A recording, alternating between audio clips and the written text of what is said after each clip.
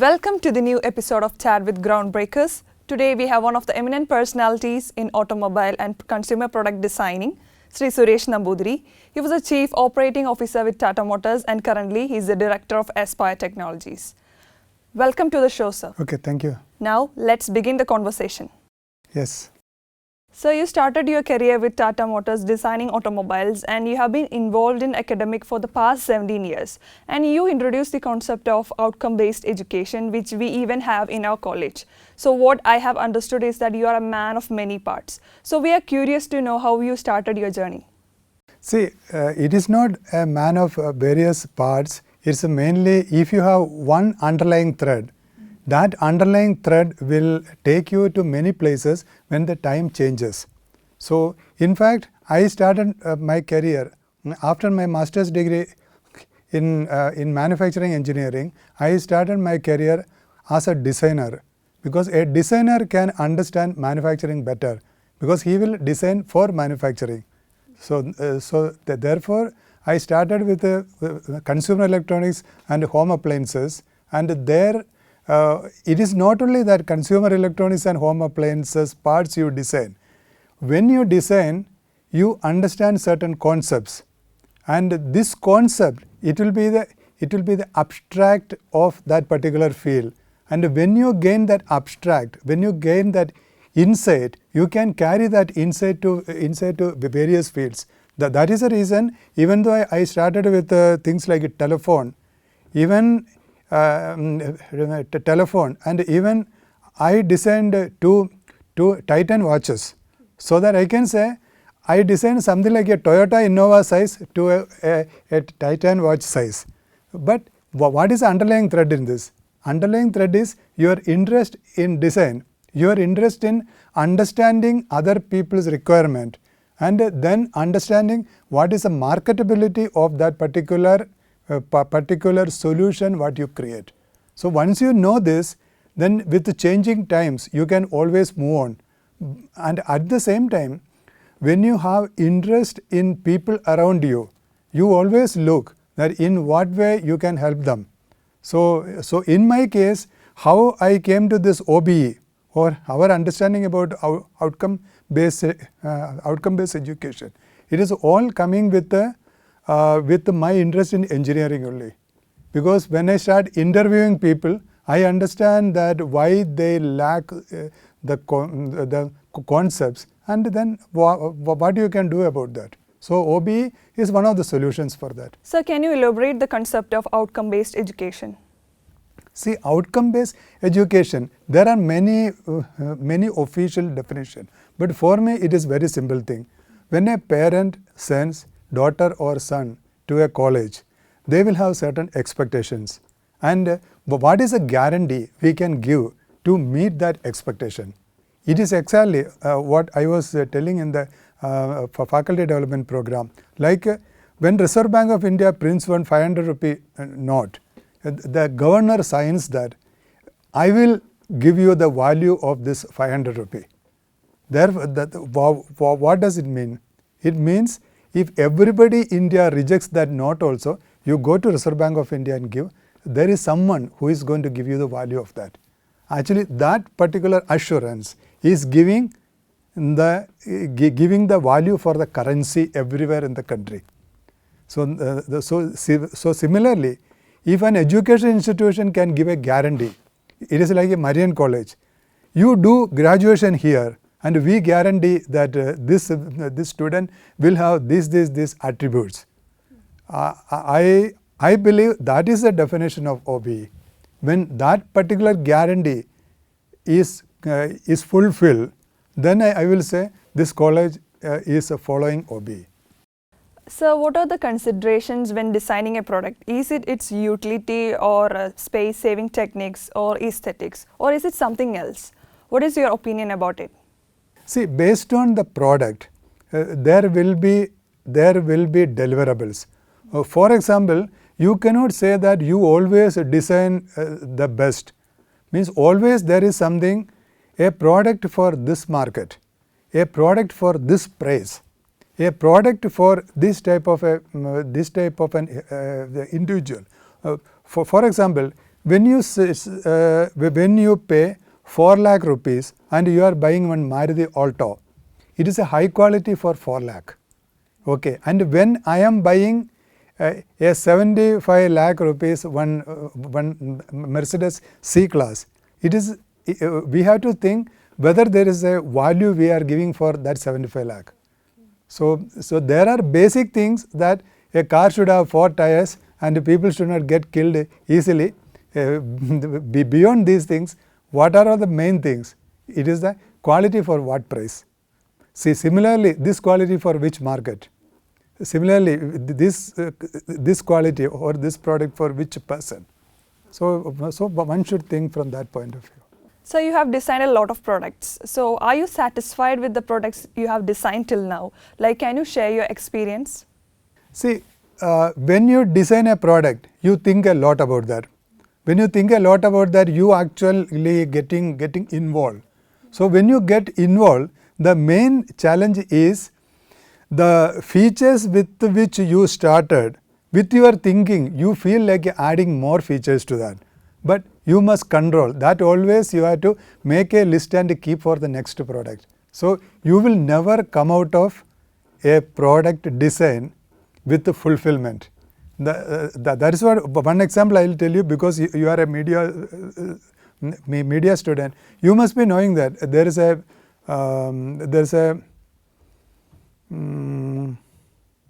the director, I think he is Swedish, Bergman. Bergman always refused to watch his movie. He was not ready, because he said, when I watch my movie, I always feel like so many improvements here and there, and I really feel sad about that. So therefore, I believe that you can't come out of a product design with the fulfillment. You always come out with a far more improvement that you always keep for the next design. So can you state an example of the product which you have received a lot of satisfaction? Can you just state one example for that? See, for example, I do not know that whether you have seen our interview simulator now. When we made this interview simulation, that we have the technology, but we have many constraints. For example, if we have to put this interview simulator in the proper way we want to give, we need a 5G technology everywhere. Okay, and we need a customer base. They will be ready to buy this software at least 5 times the price. Okay, so we have restrictions everywhere, but we have to start somewhere. For starting somewhere, we start with a certain minimum specification with a hope that it is going to catch up, more people are going to buy. So we are going to get more funding so that we will be able to improve the features. So some people consider that car is a feminine product, but new generation cars are of muscular type. So do you believe that there is such a concept of feminine, masculine cars? What is your take on this matter?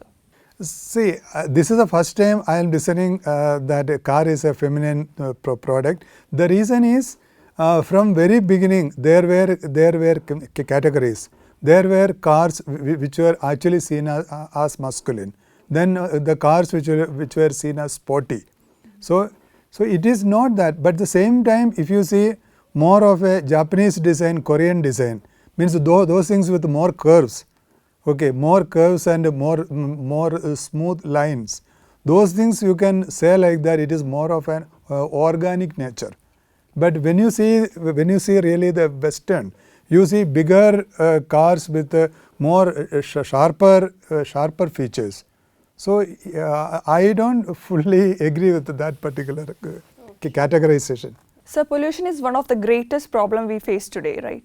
So we have seen that most of the countries like US, including India, entered an era of electrical cars. So what do you think about the future of automobile industry in India? Will it be 100% eco-friendly? What is your opinion? See, there are certain things, the price we pay. When we need, it is actually a trade-off. When we have to get something, we have to give something back. In the case of electric cars, my major disagreement with the whole hype is that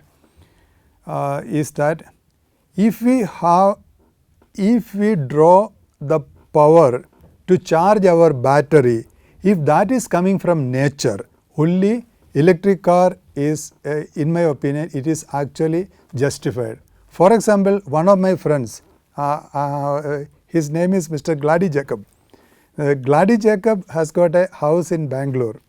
He has got a Tata Nexon car, electric car. He put complete solar panels on his roof and he is generating power for his car. Okay, he is drawing that power from sun and he is driving his car. In his case, I can say he is a role model, that he is using the truly electric car and the power is taken from nature. But what is happening here is people charge from the house this plug point, and that is taken from real fossil energy. So that is not a justified type of electric car. So what are the challenges faced by engineering education in India? My plain opinion is that engineering education is not happening in India. Means what is happening is only something in the name of engineering education. The reason what I am saying, it is not a joke. There are 22 known definitions of engineering. Whatever is taught in engineering college, it doesn't follow any of these definitions. So therefore, so much of introspection is required for that. Now let's take a break from formal questions. Now we would like to know about your family, sir. My wife is a Maharashtrian. Okay. And she's a software engineer, and I have 2 daughters, and both daughters are in US. And if I had to tell about them, and if that is going to be of use to someone like you, I will tell a better thing. Means how they selected their path. My first daughter, she is Deepika. She after 12th, she came to me telling that she wants to become an architect. She wants to go for architecture. Then I asked, why you want to go for architecture?